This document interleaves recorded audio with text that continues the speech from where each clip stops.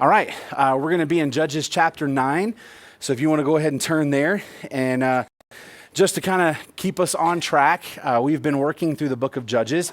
And it's kind of just been the, same day, different kind of verse. I mean, it's the Israelites would spend time in captivity. Or at first they would reject the Lord. They would spend a lot of years worshiping other gods. God would bring discipline and punishment by foreign nations coming in and taking over or enslaving them or oppressing them. The people for a period of time would live under that, and then finally they would cry out to God, and God would send a deliverer. And so far, we've seen some good deliverers. We were introduced to a really bad one, Gideon, and we've been talking about Gideon, and Gideon's story doesn't end well. He ended last week with saying, I don't want to be king, and then he lived as king for the rest of his life. He just didn't have the title, but he had all the power and all the influence and all the authority, and it absolutely corrupted him. And so tonight, what we're going to pick up with is Abimelech, who is Gideon's son. Now, you remember, Abimelech means my father is king. So this guy did everything he could to deny that he was king. Then he has a son with a foreign woman and names him Abimelech. My father is king. So Abimelech is a rotten apple who falls from a rotten tree. What you're going to read tonight reads more like a mafia movie script. Abimelech is a crime boss. I mean, that's probably the most sensitive way that we can say what he is, or encouraging way. He's a warlord. He's a crime boss, and you're going to see he learned from his dad really well. He kind of had the attitude of, you thought my dad was bad? You've not seen anything yet. And so we're going to hear Abimelech's story and kind of see how God works through this situation to bring judgment on these people and work through this. So let's start in Judges chapter 9. And as always, if you have questions or we need to discuss, stop me. We're not in any hurry, but we want to cover this. So if you have questions or comments, please don't hesitate to let us know. All right. Judges chapter 9. And Abimelech, the son of Jerubbaal, went to Shechem to his mother's relatives and spoke to them and the whole clan of the household of his mother's father, saying, Speak now in the hearing of all the leaders of Shechem. Which is better for you, that 70 men, all the sons of Jerubbaal, rule over you, or that one man rule over you? Also remember that I am your bone and your flesh.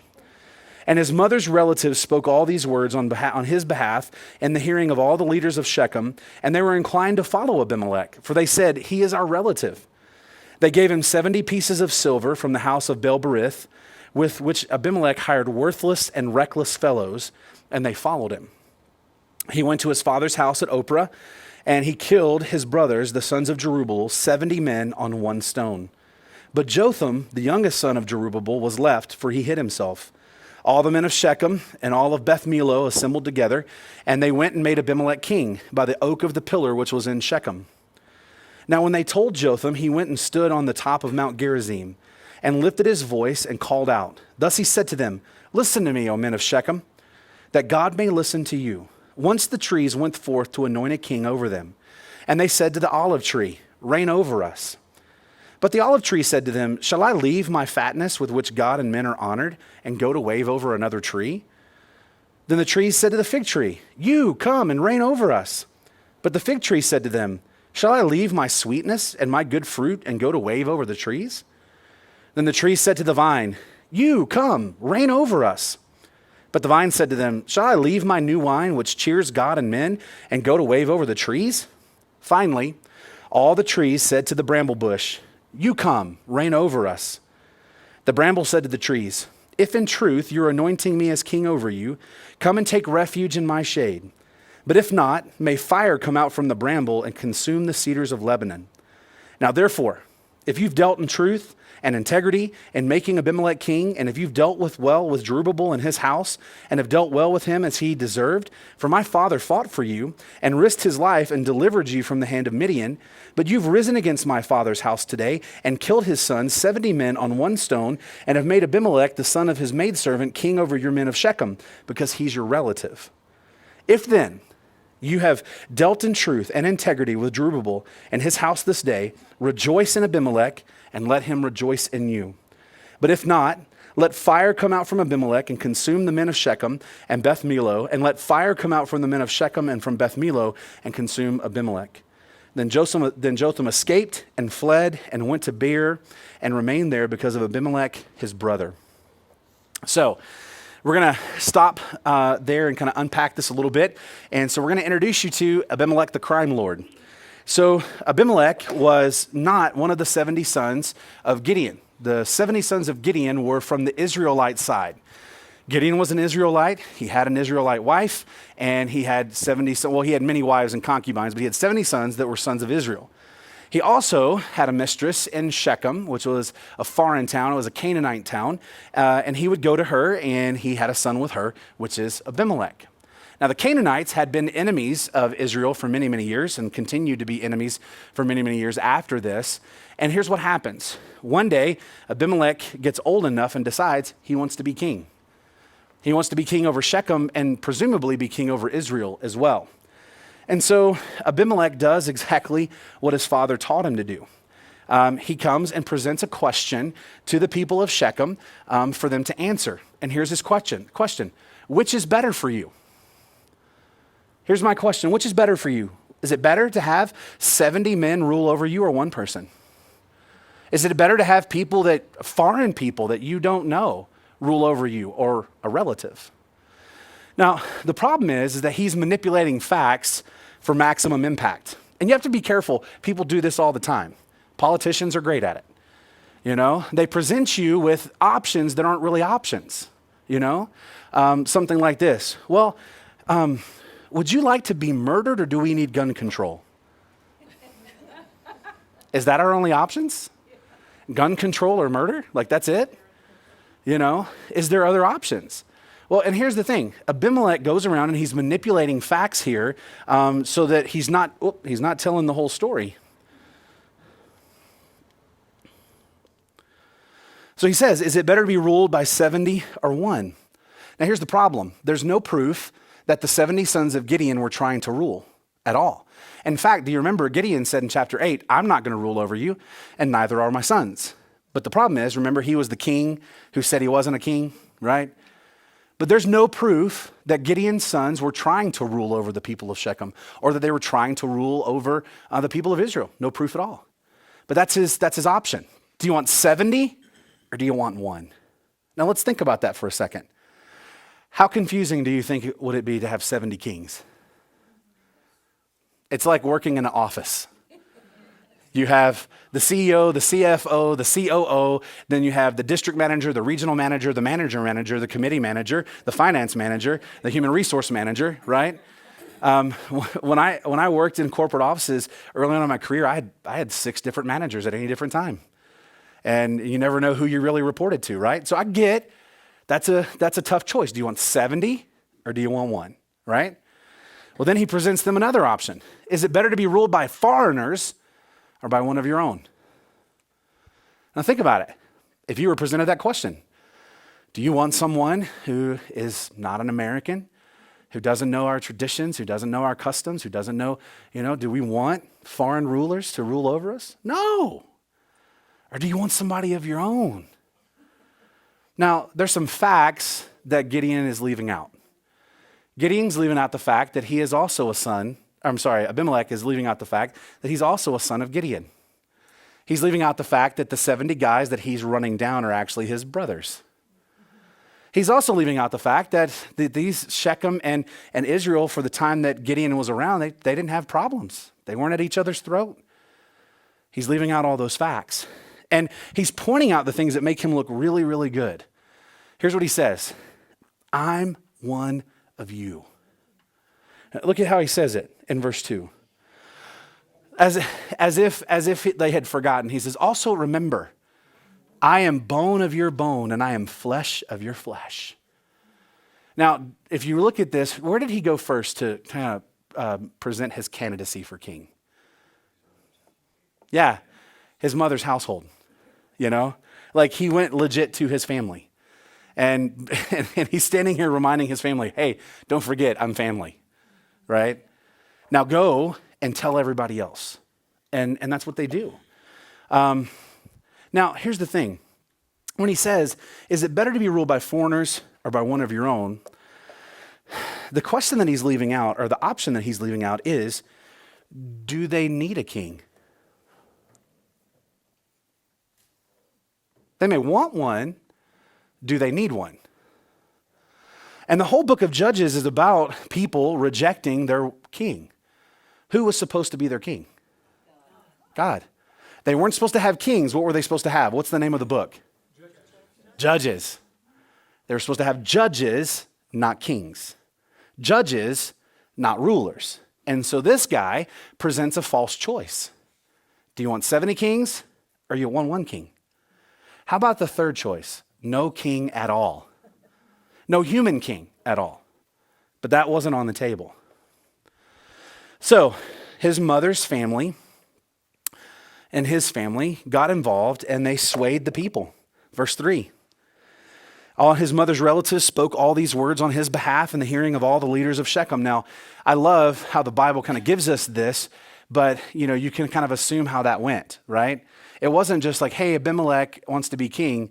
Hey, did you know that really good guy Abimelech? He's so smart and he's so handsome and he's so good. Like, you know how family is, right?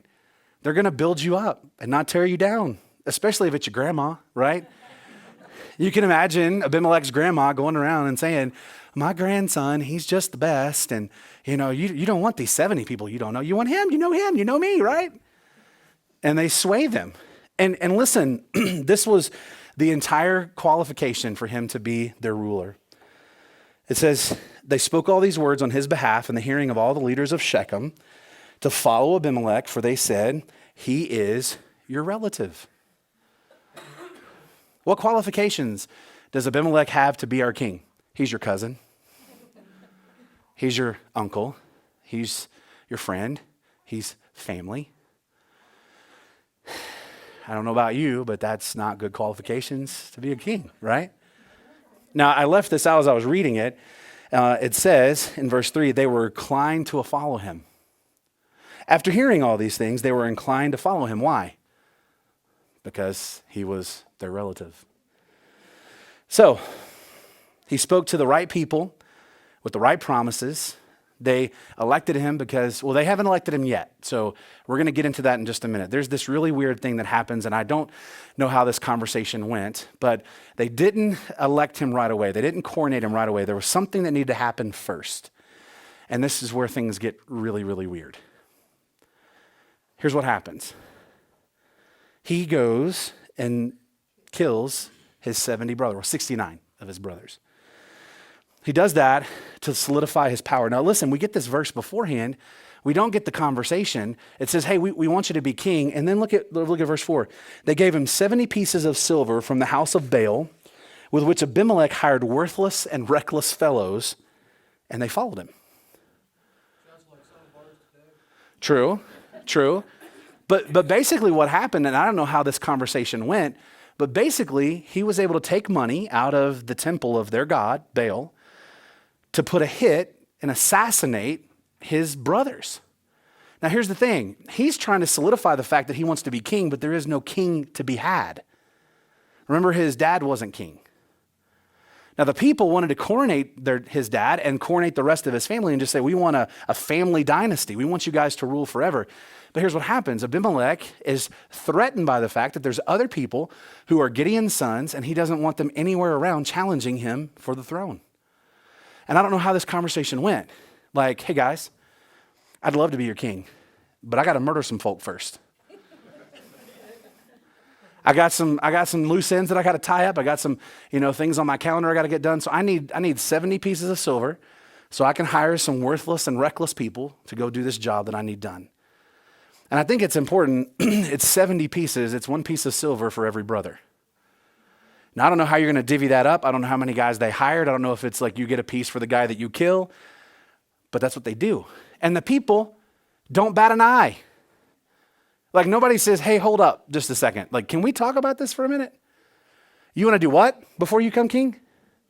I want to murder 70 people. I mean, here, at least he's honest, right? Like at least he's up front in his campaign promise. I'm going to make people dead again. Like I'm going to go kill people, right? He's up front. Like, they know who he is, right? He doesn't hide it. And they go along with it. They give him 70 pieces of silver. And then he hires these, I love the adjectives that God uses here, worthless and reckless people. That's who he gets, worthless and reckless people to follow him. Now, it's funny that he gets worthless and reckless people to follow him because they're the exact image of him. This is who he is. He's a worthless and reckless person. And look at what happens. They went to his father's house at Ophrah and killed the brothers, the sons of Jerubbaal, 70 men, on one stone. But Jotham, the youngest son of Jerubbaal, was left, for he hid himself. He goes and he slaughtered his brothers. He slaughtered his brothers in his father's hometown. Now, this wasn't just a regular thing. This was a whole production. It was a mass execution. He wanted everybody to see this. Just like his dad, he went for maximum impact and maximum effect. Now, I want you to think about this for a second. It says that they got one stone. This was probably a millstone or a grindstone that was in the middle of town, a big deal. It was kind of the center of town. They went and rounded up all of his brothers except Jotham, brought them out, and slaughtered them one at a time. And I think about that. It tells you everything you need to know about this guy. No remorse, no conscience, no feeling. He just wipes them out. Now, the youngest brother escapes.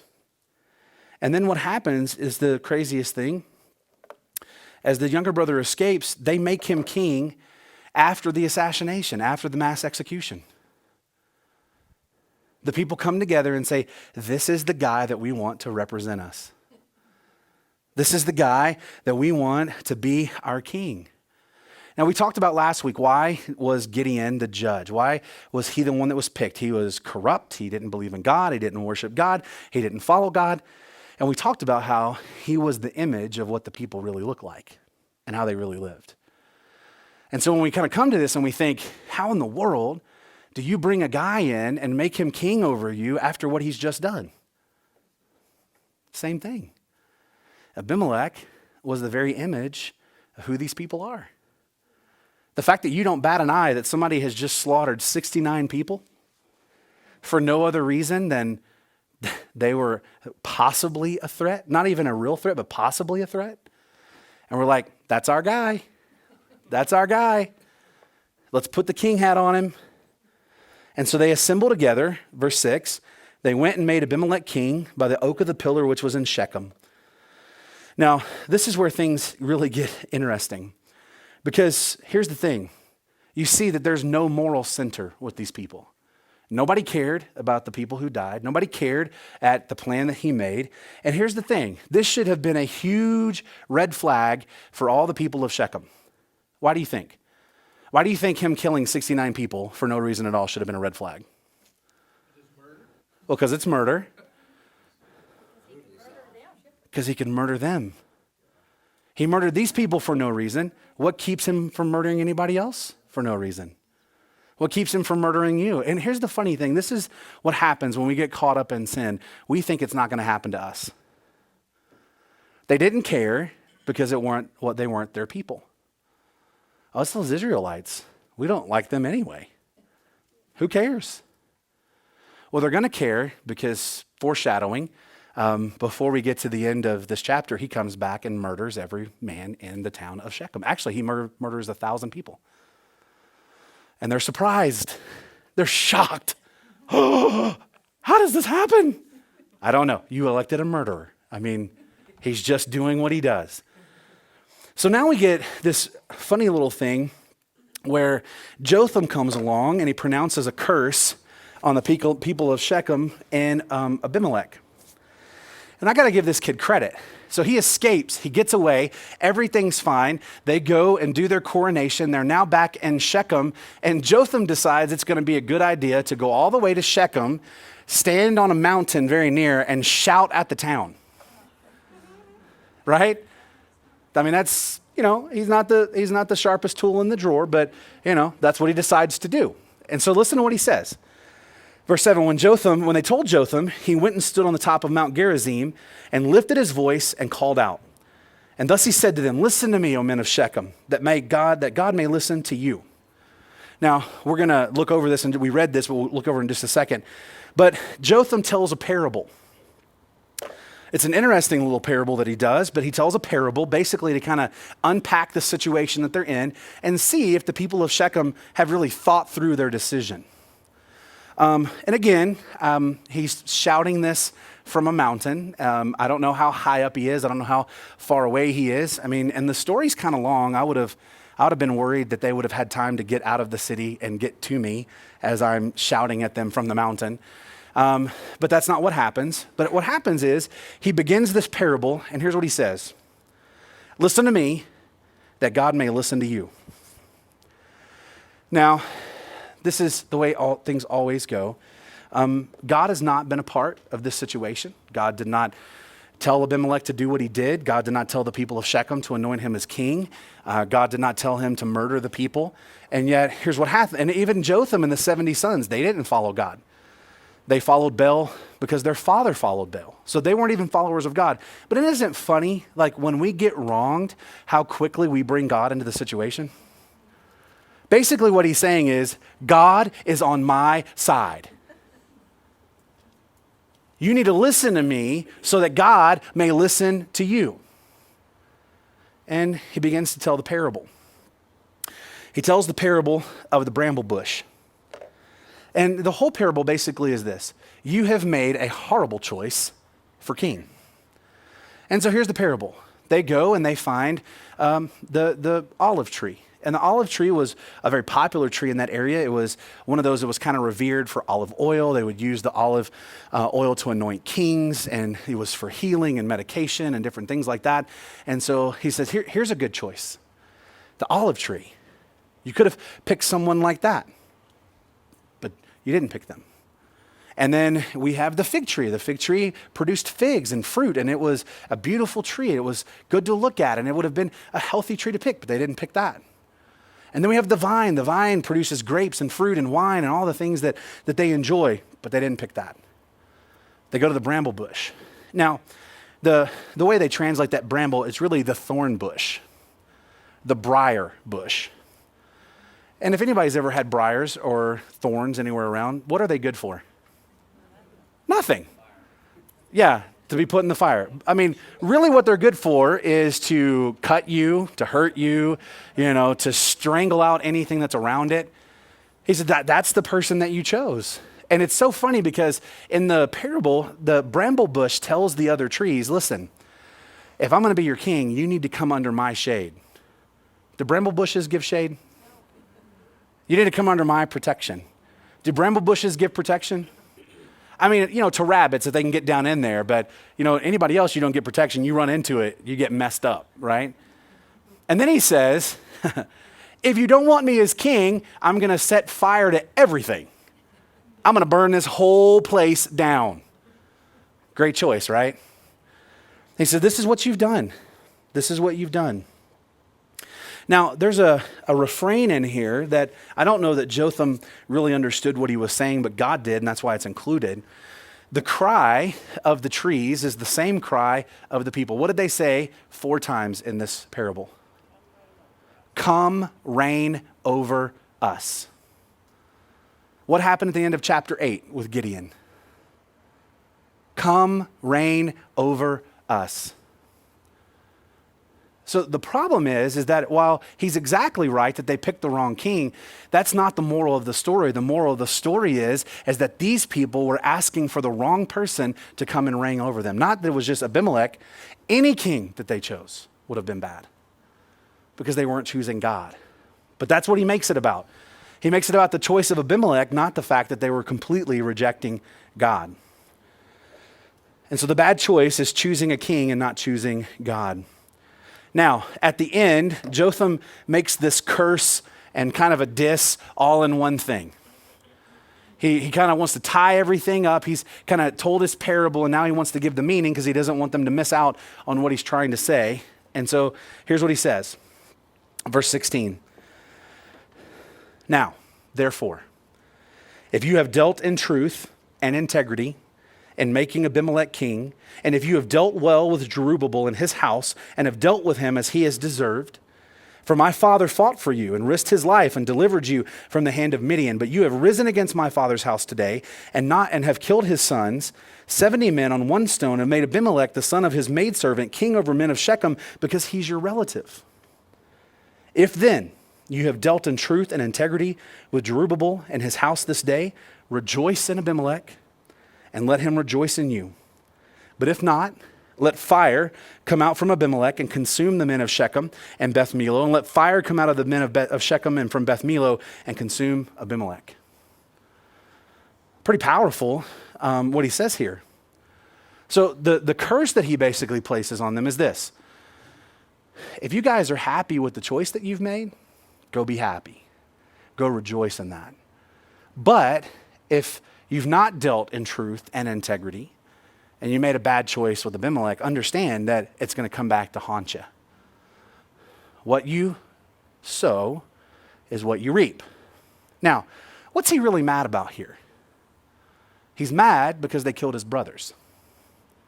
He's not mad that they rejected God. He's not mad that they put a human king in God's place. He's mad because they killed his brothers. Now look, I don't want to get too harsh on the guy. I would be mad if somebody wiped out my entire family in one shot. But we have to remember what he's really saying here. He's not defending God. He's not calling justice from God. He's wanting vengeance. And really what he wants is for these horrible people to turn on themselves. Here's what he says. I hope that the choice you've made with Abimelech comes back to bite you. And here's how I want it to bite you. I want this guy to set everything on fire in your life and destroy it. Oh, and by the way, I don't want to leave you out. I hope you do the same thing to him. Basically, here's what he says. You guys go have each other, go kill each other. I could care less. And then he just disappears. He rolls off the mountain, heads off to Beer, and we never hear from him again. So, what we're going to find out is that what Jotham said is what exactly happens. Because as these choices go and as these things do, there's consequences to the choices that you make. And the problem is we don't always think through the choices that we're making. We always don't think about what could happen down the road. What would happen if this person isn't the person that we think that they are? What happens if they really are the person that we think they are and they continue to be that person? What happens if we're the ones that become in the target? We don't think those things through. So what we're going to see is things go sour for Abimelech and things go sour for the people of Shechem. Look at verse 22. Now Abimelech ruled over Israel 3 years. Then God sent an evil spirit between Abimelech and the men of Shechem, and the men of Shechem dealt treacherously with Abimelech, so that the violence done to the 70 sons of Jerubbaal might come, and their blood might be laid on Abimelech their brother, who killed them, and on the men of Shechem, who strengthened his hands to kill his brothers. The men of Shechem set men in ambush against him on the tops of the mountains, and they robbed all who might pass by them along the road, and it was told to Abimelech. Now Gaal, the son of Ebed, came with his relatives and crossed over into Shechem, and the men of Shechem put their trust in him. They went out into the field, gathered the grapes of their vineyards, and trod them and held a festival. They went into the house of their God and ate and drank and cursed Abimelech.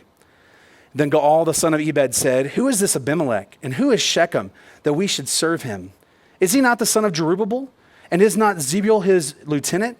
Serve the men of Hamor, the father of Shechem, but why should we serve him? Would therefore that his people were under my authority, then I would remove Abimelech. And he said to Abimelech, Increase your army and come out. So here's what we have happened.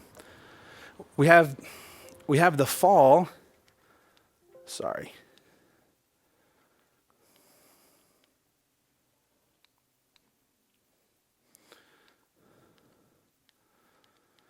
So we have the fall of Abimelech and Shechem. The curse comes true.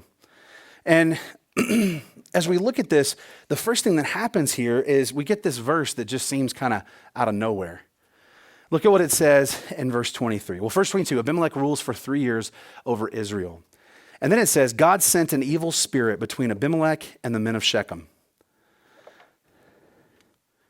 God sent an evil spirit between Abimelech and the men of Shechem. Does anybody have a problem with that? Anybody? Does that sound like God? What does this make you think? Like, what, when you read this, like, do we just skip it and go, I don't know what that is, let's move on? Talk to me. Does this bother you at all? Did the Bible get it wrong? What's going on here? Does this happen with King Saul? It does. We're going to talk about that too in just a second. Yeah. So it's in God's word. It's there because God wants it to be there. So we need to deal with this, right? He did have a thorn in the flesh. So we need to talk about what's going on with this. So what is going on here? Is this really a thing? Like, does God send evil spirits? And if he does, what do we do about it? Because I don't remember a chapter in the Bible to say how to deal with evil spirits that God sends your way. And I don't have the Ghostbusters phone number in there, so, that we could call them. So what are our options here? What are our options to understand what's happening? Well, I think that there's two. One, that God sent a literally evil spirit, a demonic presence to possess Abimelech and the people. That's one option. The other option is that God allowed these people to continue in their evil, to continue in their sin, and they were forced to face the choices they made, and all the unrest and things came from their evil and their sin. So these are our options, and so we're going to have to deal with these. And Bruce was right. There's a similar event in 1 Samuel 16, verses 14 through 23. King Saul. It said that God sent an evil spirit to King Saul to trouble him. And when it did, they would call David in, and David would play on his harp, and it would calm him down. So how do we deal with this? Is this God using evil to do good? God, yeah, he does. So, but here's the thing that we need to look at, and I want to use these two events and kind of put them together and see if we can kind of glean some things from this. So the first thing is what we see with Samuel here is that Saul didn't listen to God. If you go back into Saul and into Samuel and read through all that, we see from the very beginning when he's called as king, God tells him to do certain things, and Saul just doesn't listen. God says, destroy these people. He doesn't do that. God says, leave this alone. He doesn't do that. He just constantly and consistently doesn't listen to God. And then when God isn't moving fast enough, Saul decides that it's completely fine for him to use the things that God have said, like sacrifices and praying and all these kind of things. Saul just says, hey, I don't care that, God's priest and God's prophet Samuel's not here. I can do that. So let me just take control of these things, and I'm going to do a sacrifice for us, and I'm going to pray for us, and whatever I decide, that's just right. And then what we see happen in Saul's life is that Saul gets to the point where he's so upset and so concerned about a battle that's going to happen, he goes to a witch to have a witch summon Samuel to talk to him and say, Samuel, what does God want? So you outlaw witchcraft because it's not of God. You outlaw people calling up the dead because it's not of God. And you go to that person and say, can you call up this guy so I can talk to God? So here's what I think. And this is my opinion, and that and a quarter will get you nothing, but you can develop your own understanding of this. God allows evil. He doesn't use it. And there's a huge difference in that. God allows evil because we make free choices.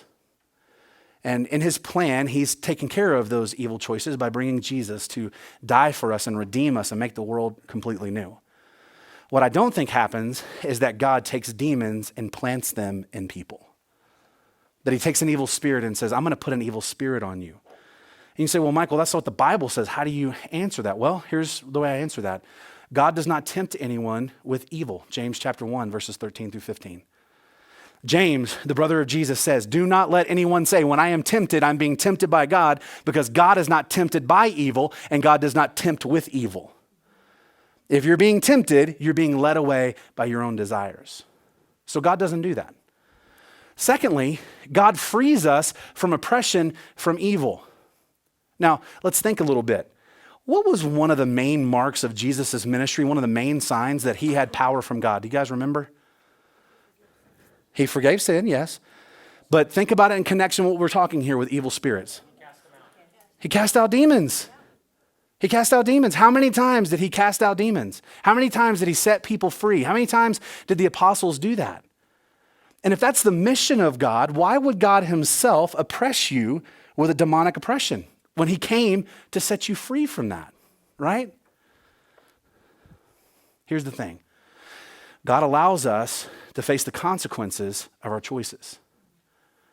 For Saul, the evil spirit that came from Saul was the fact that Saul rejected God. Saul rejected the Holy Spirit who would come upon him. Saul rejected Samuel, the voice of God, the voice from God in his life. And Saul rejected all the means to know God. And so it wasn't strange that he ends up with an evil spirit. Same thing with Abimelech, the same thing with the people of Shechem. They had rejected God. They had turned from God. They worshiped a false God. They were already oppressed. They were already demon oppressed because they were worshiping a demon. And so what happens is God allows this situation to happen and uses their choices to bring judgment. Now this is important. And again, we can disagree on this and we can still be friends and you can still be a part of the church family. If you think that he sent an evil spirit, okay. We can talk about that. But I think that we have a problem when we say that God delivers us from evil spirits for God to be sending evil spirits. Problem with that. So what happens is in this situation, like with Samuel, these guys, both Abimelech and the people, were creating tension in their life because they both were acting in their own best interests. They were self-centered. They were selfish. They wanted to do what they wanted to do. And you can imagine how that began to butt heads, right? The people kind of got tired of Abimelech being in control. It says in verse 23 that God sent an evil spirit between them, and the men of Shechem dealt treacherously with Abimelech, so that the violence done to the 70 sons of Jerubbaal might come, and their blood might be laid on Abimelech, their brother, who killed them, and the people who strengthened him. The men of Shechem set men in ambush against him on the tops of the mountains, and they robbed all who might pass by them along the road. And it was told by Abimelech. Here's what happened. They decided they were not getting a big enough piece of the pie. This is what happens in the mafia. This is what happens with warlords. This is what happened with all crime syndicates. At some point in time, somebody a little bit lower than the head decides, hey, I can do this better than you. And hey, I don't need you here because if you're not here, I get a bigger cut of the pie. And what happens? We have conflict. And that's what began to happen. The people began to say, we're tired of this. And so then here's what they would do. They would set up on the road that was coming into the castle or coming into where he lived, and they would rob all the people that were coming to see Abimelech. Now, this is a pretty big offense. It's like, imagine if you had a mafia don and his subordinates underneath him decided that every person that was coming to ask for help from the mafia don, that they would rob them as they were coming to see the mafia don. How would that make the mafia don look? Weak. Couldn't protect his people, couldn't protect, the people that are coming to help. I mean, if he can't protect me from his own men, do we really need to be paying him protection money? Do we really need to be doing the things that we're doing? And so that's what's going on. And it says that they told Abimelech about it. Now, then we kind of transition to this new this new threat that comes to Abimelech. So the people wanted power for themselves, and then we have the perfect guy to show up. There's a guy named Gaal. He was a man of the people. Now remember, Abimelech kind of threw his brothers under the bus and he said, they're not really part of us, they're foreigners. You don't want them to rule over you because I'm one of you. Well, guess what? Gaal did the same thing. Gaal shows up, he and his family, they start living in Shechem. We don't know how long they've been there, but they have been there for some point in time to realize that Abimelech is not doing a good job, that the people don't really like him, and he takes that as an opportunity to say, hey, I can run this better. So here's what he does. He decides to throw a party. Grape harvest has come. They decide, hey, let's go take some of our grape harvest. Let's make some wine out of this and let's go have a party. So they go to the temple of their god Baal where they took the money from to assassinate the 70 people. And they're having a nice big old party. And in the middle of the party, Gaal says, hey, you guys like Abimelech? No. Are you happy that he's ruling over us? No. hey, tell me some of the things that you don't like about Abimelech. And then they start telling him. In fact, they start cursing him. And then Gaul takes his opportunity, and here's what he says. Hey, I'm one of you guys. I'm a real Shechemite. Not like this guy. Not like this poser. He's not a real one. In fact, here's what he does. He connects himself to Shechem himself, to the man who founded the city in which they live. He says, do you not know? You need to be serving the son of Hamor, the son of Shechem.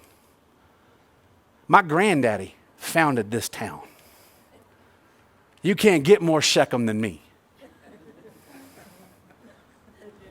And guess what? They liked it. Remember, what's their qualification for being king? Oh, he's my cousin. It's family. So they listen. So they decide to hatch a little plan to get rid of Abimelech. Now, as most of us know, when you start drinking and you've been drinking a lot and people are telling stories and then things start to get heated and they're talking about somebody we don't like, people get brave, right?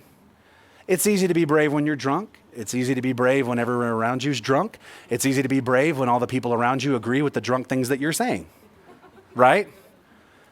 And so here's the drunk thing that he said. Well, hey, if I was ruling you guys, things would be so much better. And if I was ruling you guys, I'd just kill old Abimelech and his army. And they're all like, yeah! So here's what he does. He makes a challenge. All right, Abimelech, raise an army and let's go. Let's see what's going to happen. So the problem is that this guy forgot where he was. He forgot who was there. Abimelech had one of his top guys who was the governor of the city, his lieutenant, Zebul. And Zebul was at the party. Zebul wasn't drinking, evidently, because he heard everything they said. And listen to what happens, verse 30. When Zebul, the ruler of the city, heard the words of Gaul, the son of Ebed, his anger burned. He sent messengers to Abimelech deceitfully, saying, behold, Gaul, the son of Ebed, and his relatives have gone to Shechem, and behold, they're stirring up the city against you. Again, it's easy to be brave when the guy that you're screaming about isn't there, right? It's easy to be brave when you think that you're saying it behind closed doors and nobody will overhear it. And here's the problem. Somebody heard it. Wrong person heard it. And this person has now sent dispatches to Abimelech to say, hey, there's about to be a problem. They're turning the city against you. You need to get over here now. In fact, listen to what he tells him. Verse 32, now therefore arise by night, you and the people who are with you, and lie wait in the field. In the morning, as soon as the sun is up, you shall rise early and rush upon the city. And behold, when he and the people who are with him come out against you, you shall do to them whatever you can. Pretty decent advice, right? Do whatever you can. Okay.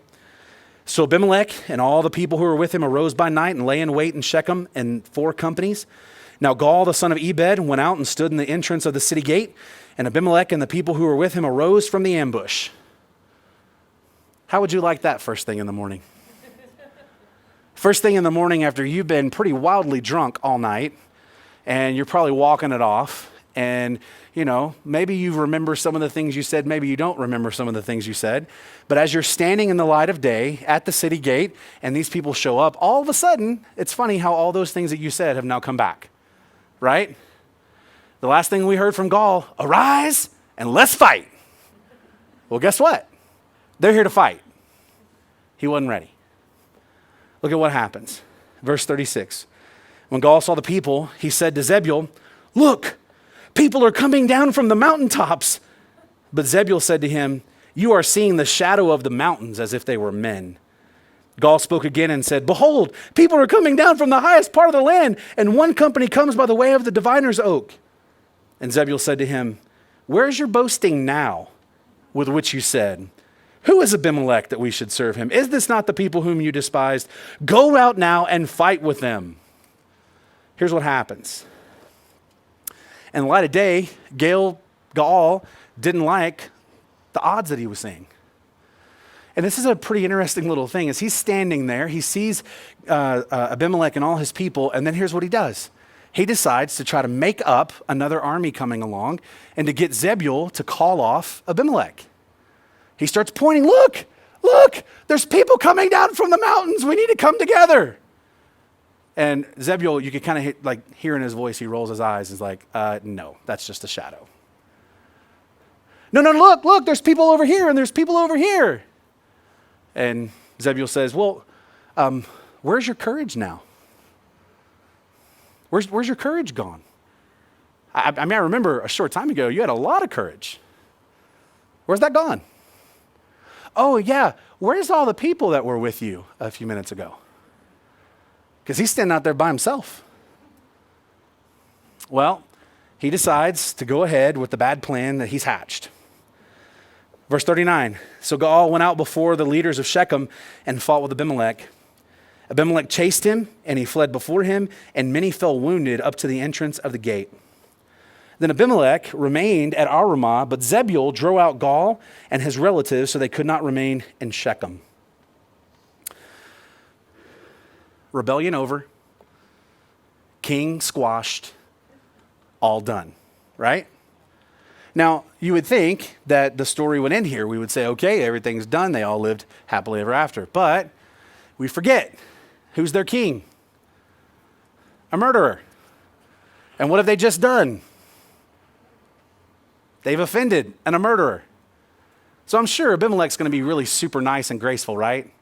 He's just going to say, hey, I know you guys just got drunk, and I know that, I know how drunk parties go, and I know that you just kind of got caught up in the thing. We'll let this one slide, right? Right? Wrong. Abimelech comes to settle scores.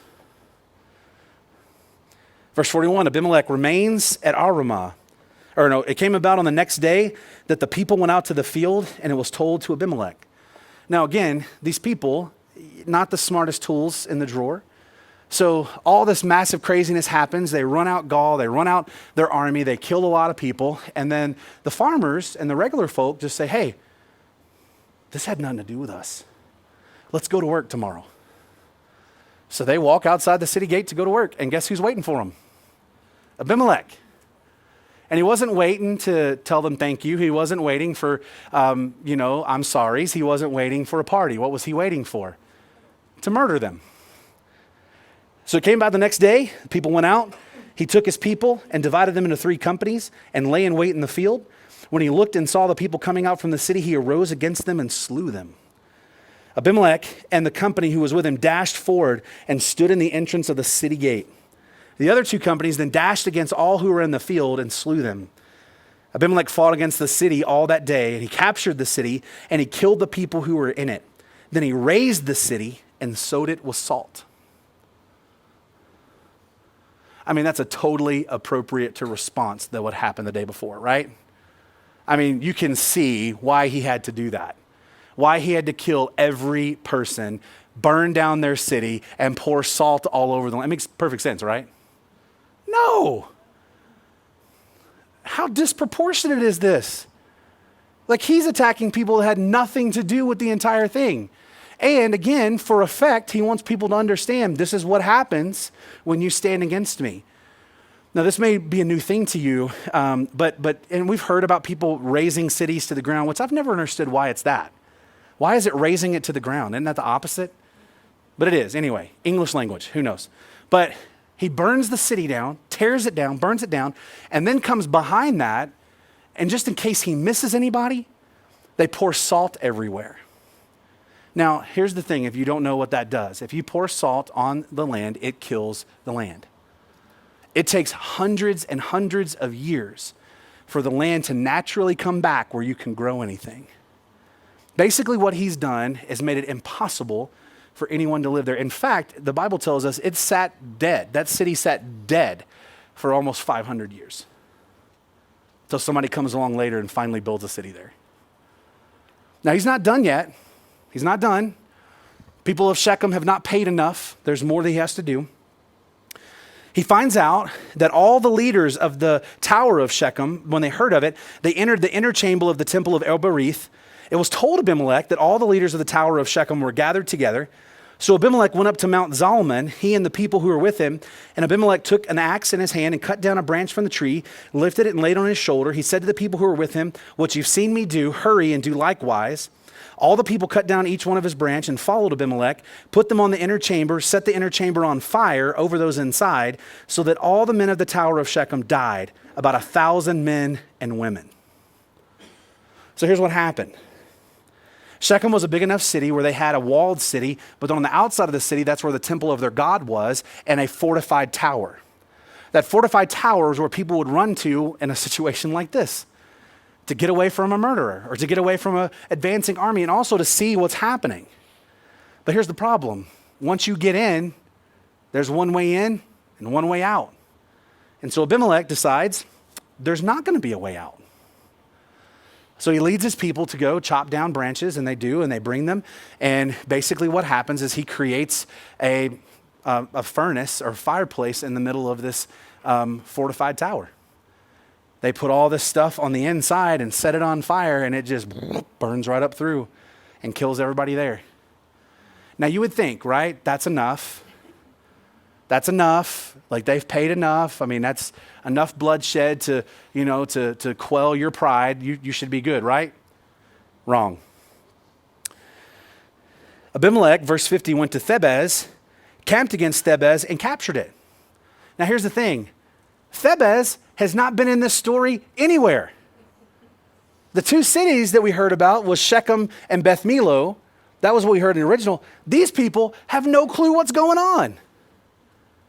Abimelech is just the kind of guy like, well, you know what? I've been doing some killing, and killing is my business, and business is good. Let's just, what's a little bit more? Let me just burn down this other town, because if I burn down this other town, people probably won't do this again, right?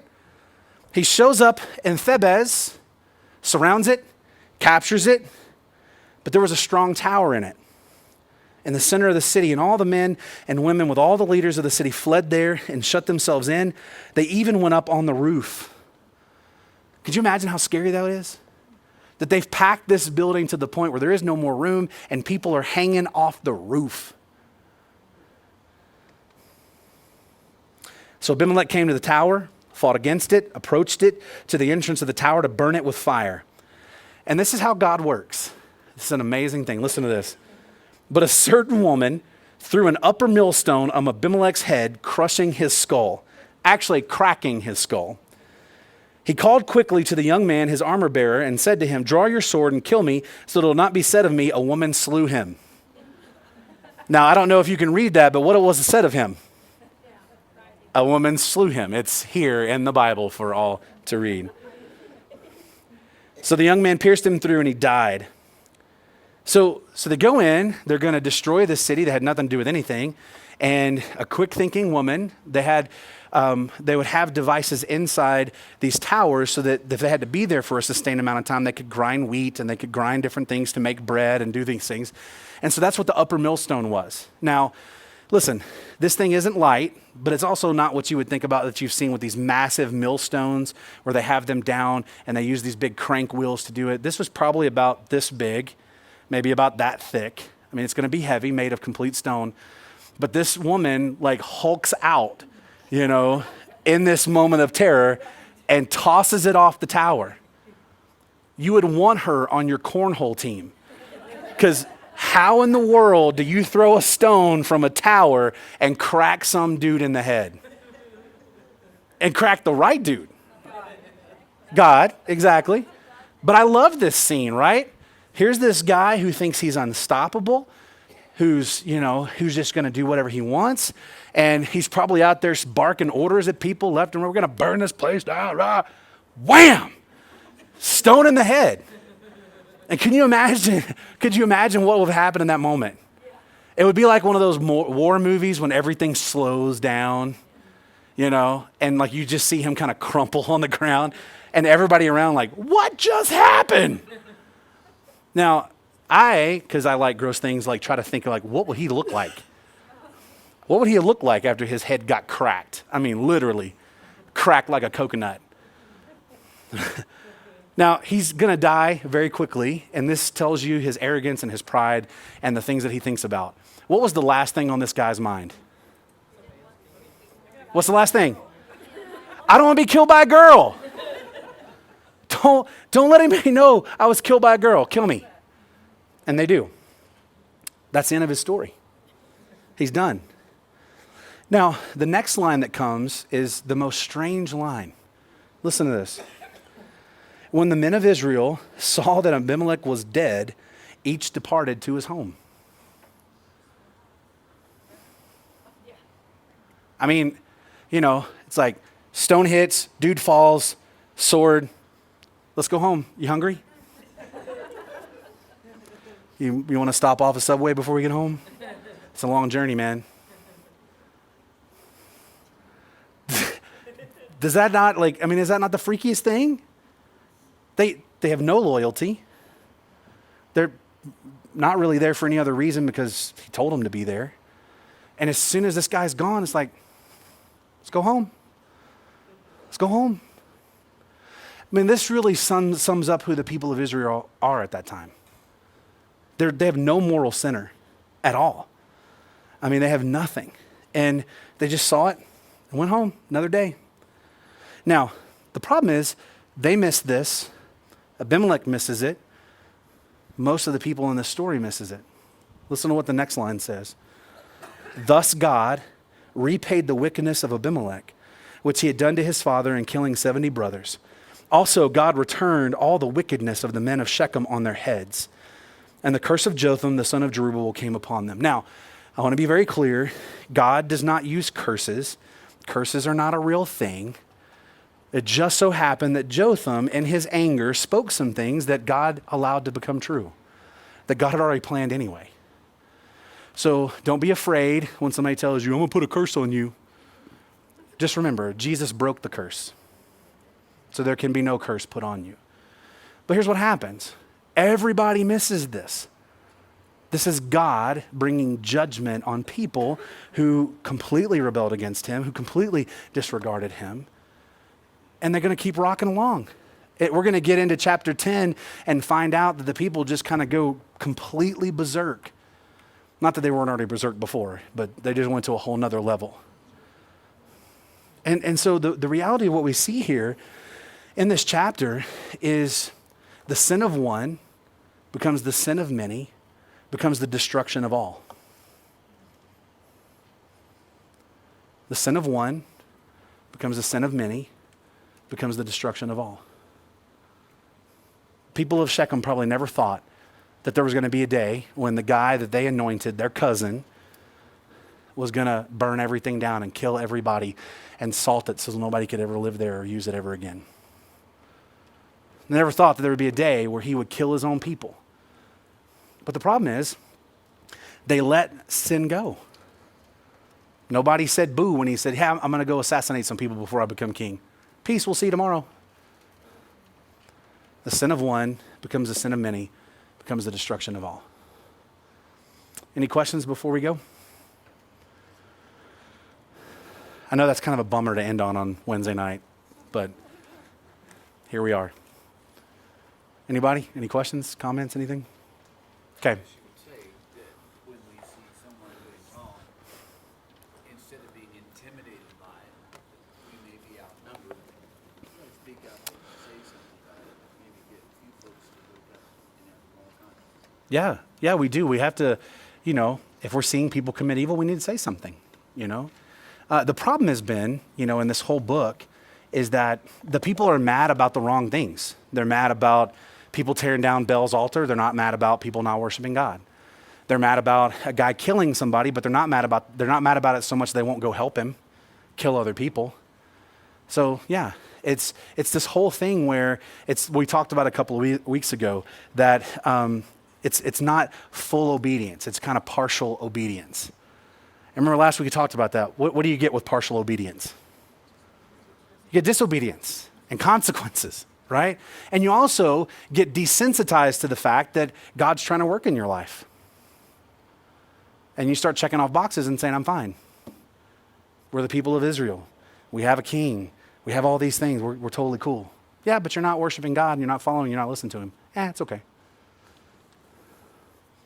Even those that follow God get into trouble. Yep. Isaiah, when he burned incense on the altar, which he was not allowed to do because he was not a priest, God allowed him to get leprosy, which stayed with him the rest of his life. That's true. That's true. And Isaiah, you know how, not a better man in the world. Yeah, that's true. I just keep thinking about how this all sounds very familiar and like very current. Yeah, the Bible is very current. And the reason the Bible is very current is because humans haven't changed. Yeah, they have. I tell my students that. I'm like, we're just like the Israelites. We never learned. Yep. Unfortunately, that is very true. All right, well, let's pray and we'll dismiss. Father, thank you for tonight. Thank you for this time that we get to spend together. Thank you for your word. And God, let's pray that you would help us to take what we've learned and to go and share that with people who need to hear it. God, help it to change us. Help us to not be partially obedient. Help us to just check off boxes and think we're okay. And so, God, we just pray that you would continue to bless us and use us. It's in Jesus' name we pray. Amen.